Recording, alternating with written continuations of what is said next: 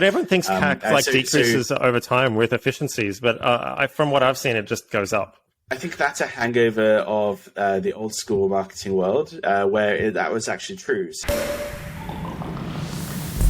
The more you spend, the lower the efficiency in general, because you're reaching people who were less and less interested in your business. Right? But everyone thinks CAC decreases over time with efficiencies. I think that's a hangover of the old school marketing world, where that was actually true. So Procter & Gamble, Unilever, like all these big brands, like houses of brands, like they grew up in a world where with the economies of scale, right? So if they could, spend 100 million on TV, they could negotiate a cheaper rate for that TV than if they were spending 10 million, right? And if they aggregated lots of brands, or like actually on the agency side, right? Like, if you could have an agency holding company that could club together lots of agencies, they could negotiate better rates. And in general, like as the client, Procter & Gamble or whatever, like if they were manufacturing 100,000 units a day instead of 1,000 units a day, they can actually do that cheaper per unit.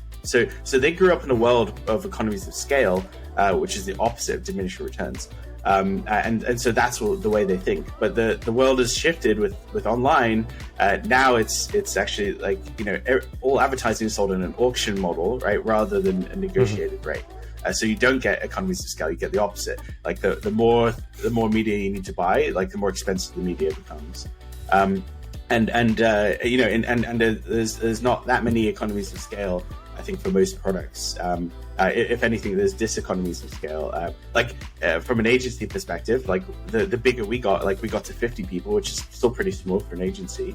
The bigger we got, the less efficient we got at servicing the clients, because we had to coordinate more people. And I think a lot of businesses these days are like service businesses rather than manufacturers, and therefore they suffer from those diseconomies of scale.